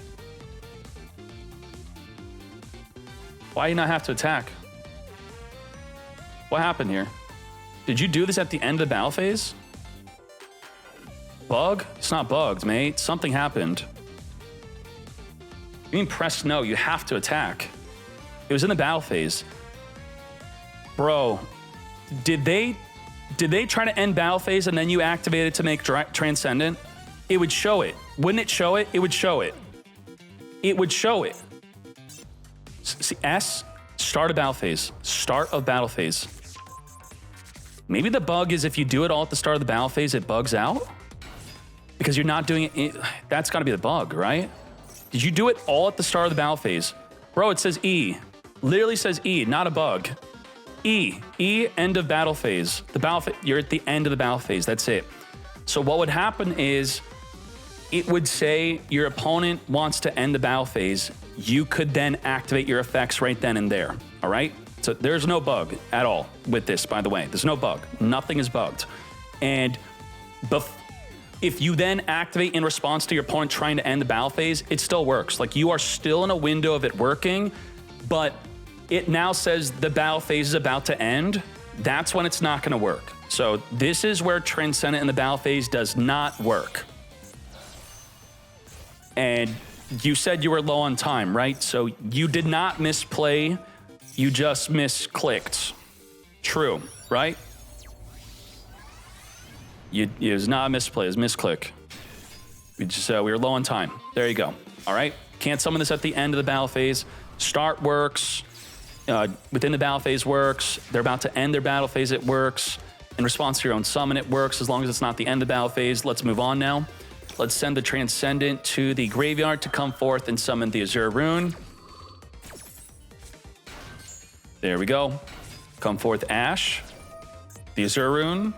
Well, oh, we pop in back row. Take out that second summoning because we summoned the Azure Rune with our Silahat Rabbit. Say goodbye. Let's now grab the Ponix. Come forth Ponix. Ponix grabbing the Sanctuary. Sanctuary set up the Fire King Island. We're going to chain Masquerena, banish the Masquerena. Masquerena has to link with herself. Cartesia, for example, fuses without having to use herself as the fusion summon. Albaz has to fuse with itself. So when you know you're dealing with an effect like Masquerena or Albaz, just deal with the monster card itself specifically, then there's no fusion, no link. Get Runix, get Poppin with the Kieran, reborn the Ponix, take out the field spell, send the Sanctuary with the Ash, come forth and summon Flameburge. Like, this is you're just like effing my mind here. What is, like, your Tenpai or your Snake Eye or your Rescue Ace? What are you? Yes. Birch, Ash, Hida, steal the Oak. Oak is going to be reborning our Ponix. What a mess. This is... I want to play this, actually. This is wild. Into Promethean Princess. Promethean Reborn Transcendent Dragon into a Raging Phoenix. These are normal Tenpai plays post-Banlist. Yep. Zealantis. Banish the entire field. Oh, don't forget the Fucho. Never forget the Fucho. You want to also try to banish, make the Fucho before doing this. Yep. Transcendent, set their field back onto the field here. Yep, Diablo Star into the Garunix. Probably don't want to trigger the Flameburge, so just destroy it during the battle phase would be the play. Taking out the Snake-Eye Diablo Star, come forth, we are co-linked. Raging Phoenix is back, and now we can safely pop the Flameburge within the battle phase. It won't trigger, no Reborn, and wham bam, thank you ma'am. We still have this effect though. What? Cannot be destroyed by battle. What the hell? We forgot to deal with that with the Zealantis? What the? Okay, I mean, we're still gonna super win, right? How can we not win? Bided Dragon taking out the Azure Rune as our little knight that tried to come back in the end phase now killed herself. As we now make our own little knight. Little knight on summon. Come forth and get banishing. Wow. Wiping the whole freaking field. We're going to ensure the Amble Whale does not trigger here. So we're going to banish it before it gets wiped. Swoop. Huh. That does trigger Garunix to come forth and summon. You know what? Maybe Reddit was right. Reddit said the real problem with Yu-Gi-Oh! Was putting 10 engines into one deck, because I feel like we're just clicking yes here no matter what, and we're just winning. Nothing could stop us. Oh, you beat Tenpai, okay, Fire King. Oh, you beat my Fire King, okay, Rescue 8. Oh, you beat that, well, I have Snake Eye. Trigger the Prometheus is too much. It's way too much. Wow. Sometimes a deck just has too much juice, and that's exactly what this deck is. I like it. I like this deck. Asanato, send from the deck, double reframe to make the Bacha.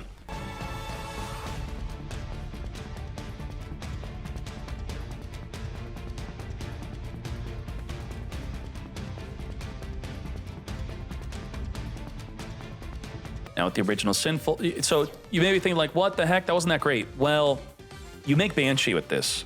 Banshee is how you search for the Snake Eye Ash, and we didn't commit to our normal summon yet.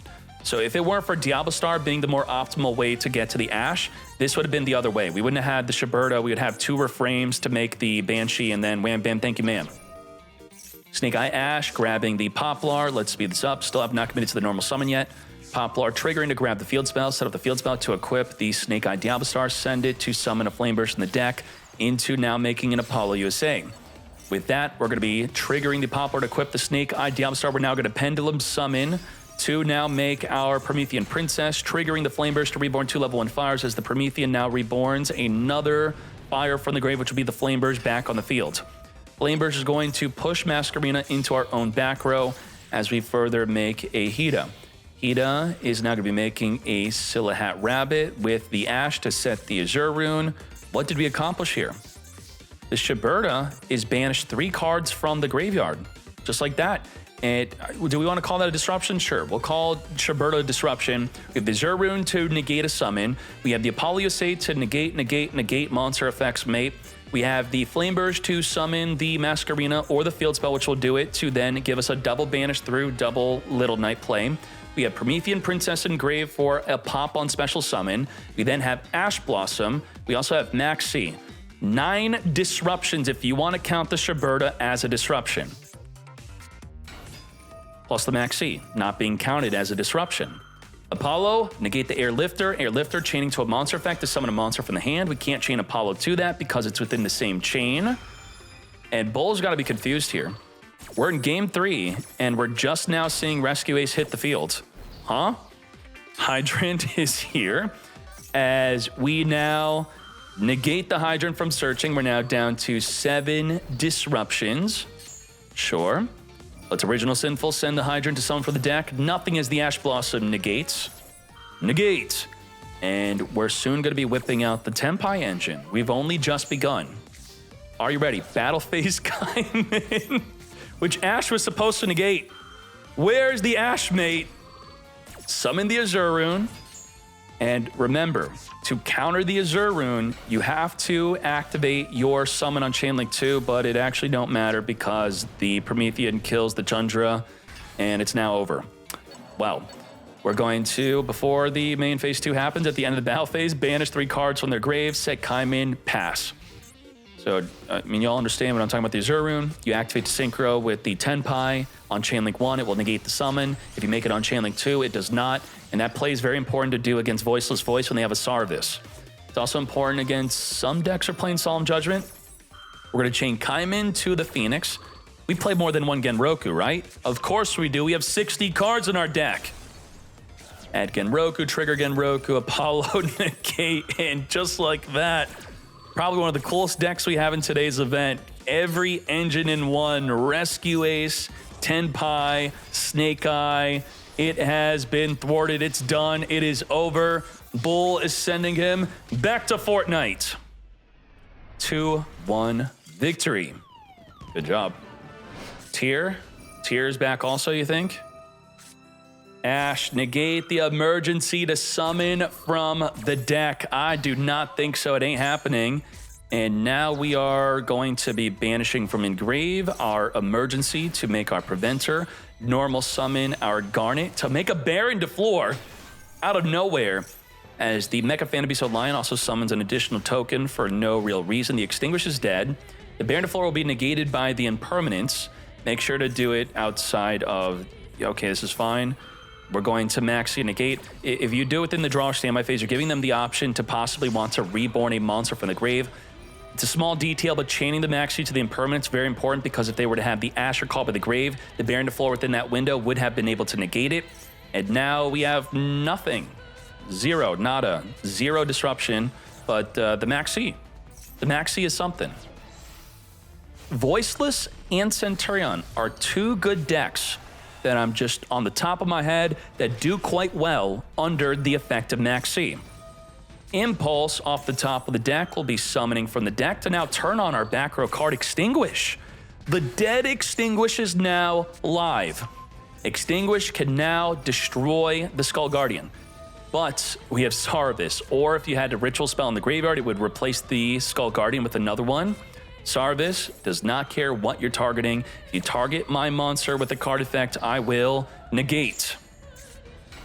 As we now follow up with the Low, turning on the Skull Guardian. Skull Guardian turned on by Low now is able to negate anything and gets boosted to 4,100.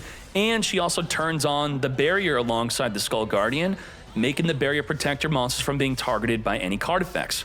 Now with this, we're able to negate, and we could pop a card on the field or turn itself into a summon negate. Normal summon DD Crow. Well, let's take out that fire engine before you have any funny ideas here. On to game 2. What is this? DD Crow, send it for the original Sinful. I mentioned earlier, with Chandra being limited to 1, DD Crow stocks have gone up. As the DD Crow is already good against a Bident Dragon, now you can DD Crow that 1 Chandra and it's gone for good. We are going to make our Link Karibo, banish from Engrave, our Preventer come forth, further making our Barricade blocker. As we trigger the Preventer to reborn a Banished Rescue Ace to now, what the heck are we doing? Aurora Dawn is going to make it so we can't Link Summon for the rest of the turn. So we're going to resort to Synchro Summoning. Let's come forth and summon. Why is this good? This is good against board breakers. If you're going to lose to Evenly Matched, you're going to lose to Heavy Storm, Lightning Storm, Harpy Feather Duster, then you want to set up an Omni Negate, which we're doing, right? What the heck are we doing? We're going to summon from the deck, turn this into a Baron to floor, and there we go. The board breaker negates. As we Jet Synchron, discard the Snake Eye Diablo Star to reborn, further turning this into a Herald or Arclight pass. Now, this is supposed to be alongside a Turbulence setting 4 back row, where you're going to protect that 4 back row. The Herald of Arclight is negate anything. The Baron of Floor is negate anything. The Veiler is negate a monster. They have Call by the Grave, Finger, and Grave, which probably will be a good disruption against fingering the Low. Because one of the best plays to do with the low in hand is to not summon it, but to ritual summon using it as tribute to then reborn, keeping your normal summon available. That plays right into the finger.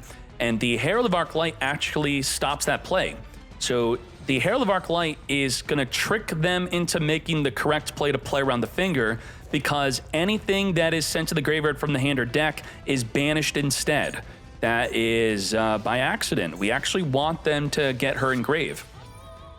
Nadir Servant, we're going to Baron de Floor, negate that Nadir Servant. No search for a Dogmatica card for you, sure.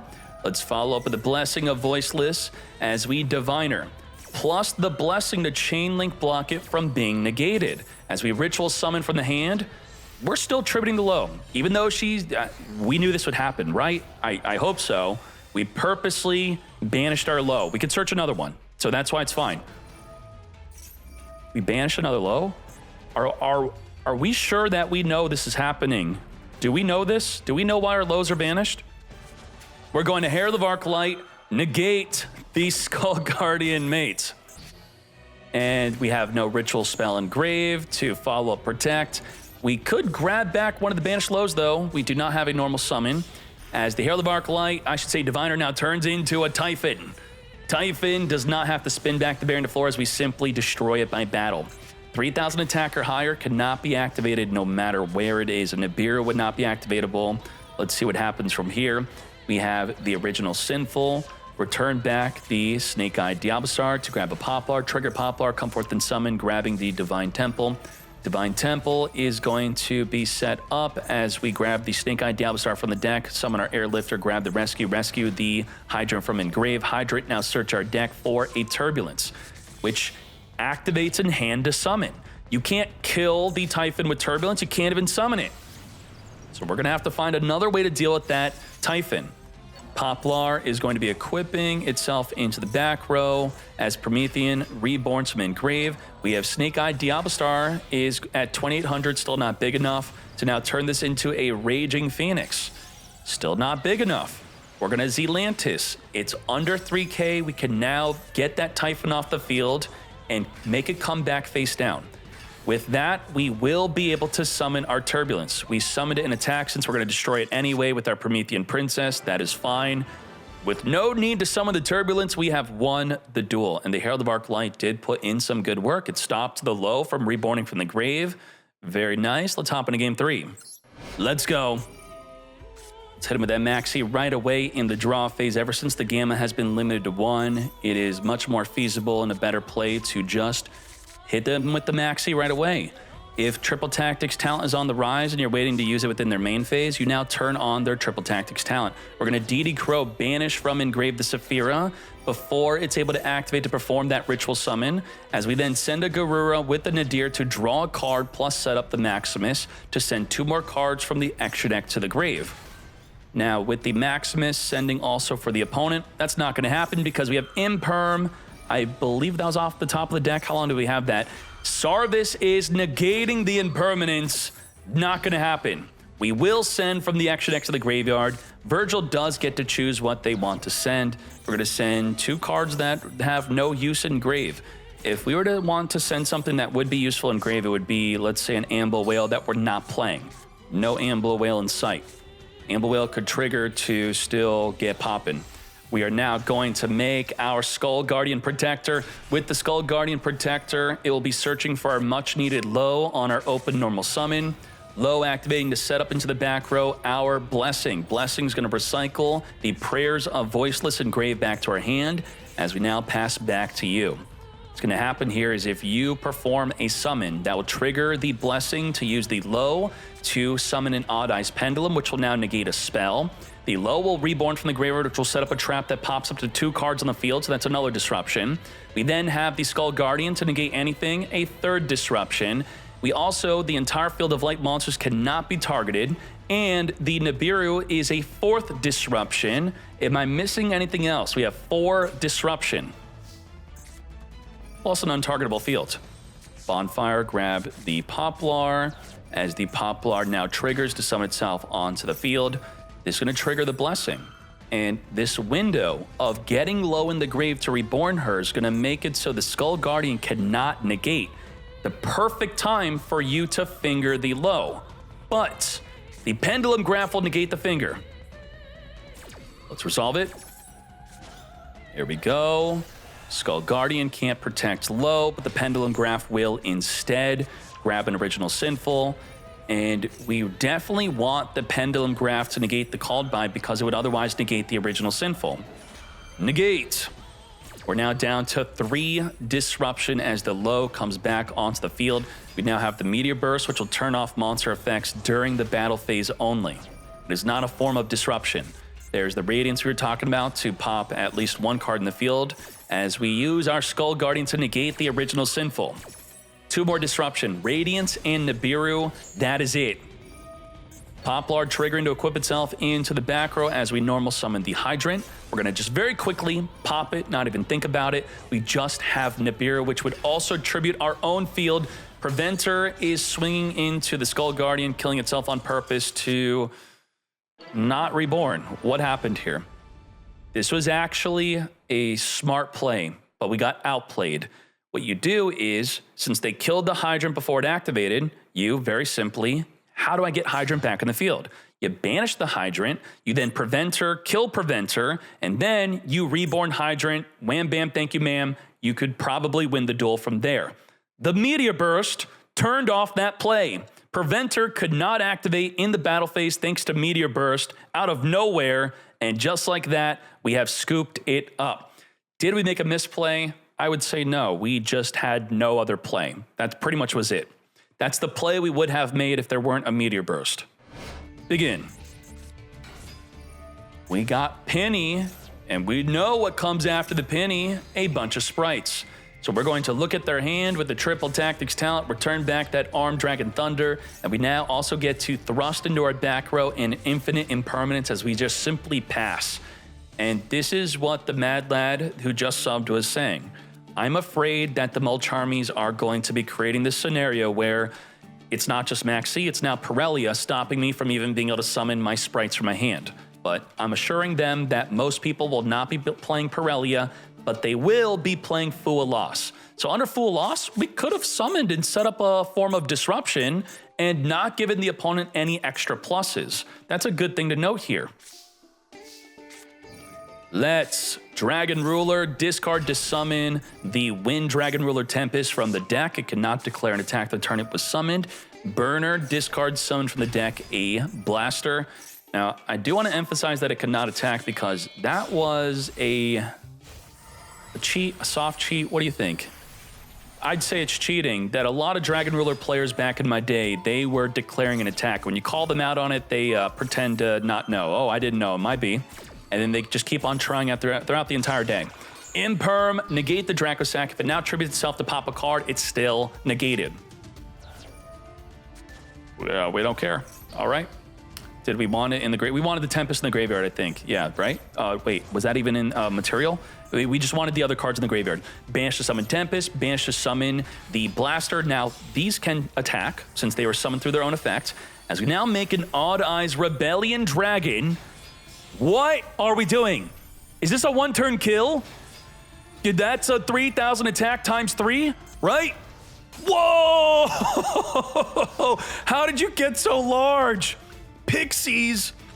You could send this card to the graveyard, and then you gain attack and defense equal to the opponent's attack. And the effect here was, it was going to be able to, where does it say? If this card is Xyz summoned using a rank 7 Xyz, it can make 3 attacks. Over 9,000 damage has been stopped by a random Pixies. Wow. Main phase 2 Heartbreaker. I'm sorry that happened. Let me fix these scores real quick. Graham is going to banish. We're going to then negate the Penny. That doesn't really do anything here. We now can special summon our Jet. We don't have fear for the Maxi no more. Let's speed this up. Mannequin Cat is actually going to be reborning a monster from the grave, then targeting a monster on the field, then summon a monster from our deck. We're going to get that Max C, target the Max C, summon the Hero Kid, summon 2 more Hero Kids. What the heck was that? Yes. Let's Spright Elf, reborn from the grave, the Jet. We're now going to summon the Sunfish, making the Mosquito. Mosquito is another one-turn kill enabler. It's going to put a mosquito counter onto the card, and then the other attack is going to burn equal to the monster's attack. So we attack into the smaller monster to put a mosquito counter onto the bigger monster, and then we're going to burn for 29, then burn for 29, and then burn for 29. I think that is game. Yup, lethal damage. You have to know about the mosquito, because if you were to ask me, Decade, why should I play Spright? And I would unironically say because of Mosquito, not because it's cool, but because it is necessary. Why is it necessary? This is the #1 card you go to under the Maxi Challenge. You will see prominent, competent Spright players summon this always under Maxi. 20 cards in your hand, they don't care. They're gonna lethal you and win with this card. Remember that.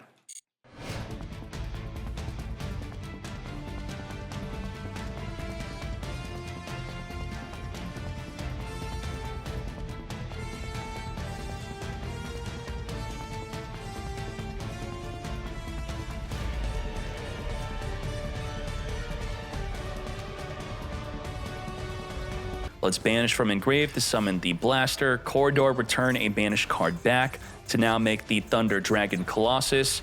Come forth, Thunder Dragon. Now you can't add cards from the deck to the hand, which means you cannot use your Water Enchantress. What else can you not use? You can't blue search your deck. That's quite devastating. Triple Monster Negate plus Omni Negate plus the Floodgate of not being able to add. 1 Floodgate and 4 Disruptions is what we have. Let's go. The Blaster on field, it makes me think, was there a way to, maybe incorporate a Promethean into your combo? Let's Spright Sprint. I can't add from the deck, but I could send from the deck to the grave. Or you actually can't because the Apollo negates. As we could have used the Spright Red to negate the negate, but then the Borload would negate the negate, negating the negates. Let's further turn this into Gigantic Spright. With 4 disruption left, 3,200. We just knocked out 2 disruption. So we're now down to just 1 Borload plus 1 Floodgate. So let's keep it up as just 1 finger. Gigantic Spright, Borload negate. Red is not going to want to negate this unless he wants to destroy the Borload, because the Gigantic Spright has to detach by effect resolution, but we're now down to 0 disruption outside of the Thunder Dragon Colossus, which we can now banish. We actually broke a field of 4 disruption plus 1 Floodgate. We are now searching. Chris, you are a mad lad. Ain't no way. Summoning the Adventure token. Adventure is going to be searching for our Griffin, discarding the Ash. What else can we do from here? Come forth, Griffin Rider, Omni Negate, set up the Draco back, which could spin back the Borload Savage Dragon that had 2 more negates on it. Blaster, return back to the hand. Now, Blaster could pop a card on the field. We could also Lava Golem to mess them up. So what do we have here? We have a Lava Golem, turning off both of their disruption. Their negate, their little knight is gone. Blaster banished the Tempest, searching for a Pile-Armed Dragon. Pile-Armed Dragon is now going to summon itself onto the field as we then search for a Dragoonity Armagram. Pile Arms send from the deck, but boost up to 37. Trigger the effect of level 3 to grab a Lightning Dragon Ruler as we're going for the triple attack play again. At 3,000 attack, triple attack. That's 3,000 directly. That's not enough for game. I guess we couldn't have made any other plays here. Ooh, we're protected from the first attack, not the second. And just like that, full field wipe as we then main phase 2 turn this into a Zeus. With how many forms of disruption? 2 field wipes, 2 cutscenes. Are you ready? Hero Kid, you up, mate? Activate Fateful Adventure, trying to bait out the Zeus. We're not going to fall for that. I don't think so. As we banish the Water Enchantress to grab a Rite of Erismere. End the turn. See? We held on to that Zeus. We know better that you didn't actually have a play.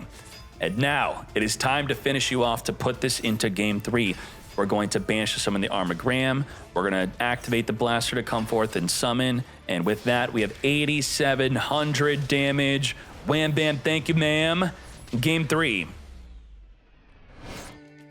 Special summon, the Terror Top. Terror Top is here. Is this to get to the Adventure Engine?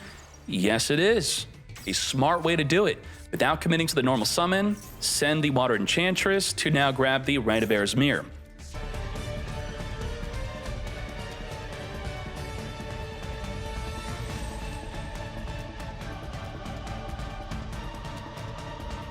The Melfi of the Force is kind of a disruption. If a Melfi returns to the hand, we could then target a face-up monster to negate its effects. We could then Masquerena into a double banish with Little Knight. The Caddy in the Penny is going to turn into a Herald of Arc Light, which will be another negate.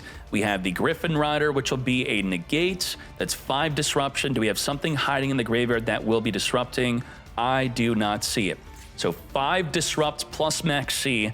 Can we break this field? Let's go. The Elf is also protecting our Masquerena and our other card we'd summon there, the Herald of Arc Light, from being targeted. Now the Unicorn is going to get negated by the Melfi of the Force, which the Unicorn maybe would have ripped out the Herald of Arc Light, stopping this Penny play. We're going to use the effect of the Tempest to discard to grab a Pile-Armed Dragon. We're now going to Penny turn ourselves into the Herald of Arc Light. Come forth and summon, going immediately into the Arc Light. Now, had we done this early, the Tempest and the card we discarded would have been banished instead, but was it even an illegal activation? I believe it is. Yeah, no, it would not. So we actually, before it activates, you would have to summon the Herald of Arc Light, and now you cannot send the card to the graveyard. You can't use Blaster. If this card is send this card and a fire monster from your hand to the grave, nope, can't do it. The Herald of Arc Light is going to stop it. So I do think we missed out on the opportunity of summoning this early. We're going to Masquerena, and it's okay to, I would say, forget that the Dragon Rulers have these hand effects that require them to go to the graveyard. It is a rare deck to play against. This looks like we want to make a Baron to floor, and now we can't. We're going to activate the Blaster, banish from engrave to come forth and summon. Griffin Rider is going to negate and destroy.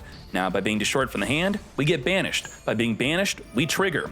So the Unicorn will trigger, but the Blaster did not. Why didn't we trigger the Blaster? The Blaster would be, if I gotta pause, whoops. If banished, you could add a Fire Dragon from your deck to your hand, which would be something like a Tenpai. If we had Tenpai in our deck, that'd be a good search. Looks like we have no other Fire Dragons that are worth searching, though. We are going to be, is there an issue with what I said or something? I think we're talking about the discard to the graveyard. So if we read the Ash real quick, the Ash Blossom states that she can be discarded without being sent to the grave. Discard this card. That's all it says. Doesn't specify the graveyard. You have to look for the colon. If you're good at finding the colon, you're then going to look for the word graveyard or GY before the colon. And the Ash does not have the graveyard before the colon, so she's fine. But if you look at the Tempest, it does have GY before the colon, which means that is part of the cost that you cannot fulfill, thus you do not get the effect. And it's not chain summoning Herald of Arc Light to it already being sent to the grave by cost. It's before they even activate the effect. So not chain summon before it's used. Let's see what's good here. Fateful Adventure into the Griffin Rider. Come to us, discard the Draco back, equip onto the token. We can now spin that Unicorn back. And we're also chain summoning our Griffin on top of that. Chain summoning from engrave our Spright Jet. It's once per turn? What are you talking about it's once per turn? Tell me what you're trying to say.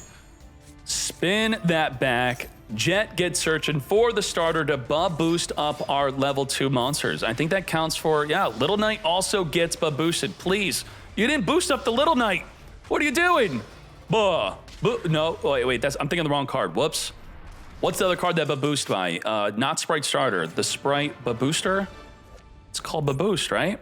Spright Burst. Burst. Damn, that's what I wanted to see. And that would affect also the Little Knight. Yeah, that'd be cool. Level, rank, and link to Boost Burst. Good job to you. 2-1 victory. Let's advance. And that is the top 16. Thank you for watching as long as you can. I greatly appreciate that. We'll be advancing into the top 8 in the next video with the grand finale and top deck list. It's going to be starting off with Chimera versus Ritual Beast. Are you ready? Let's go.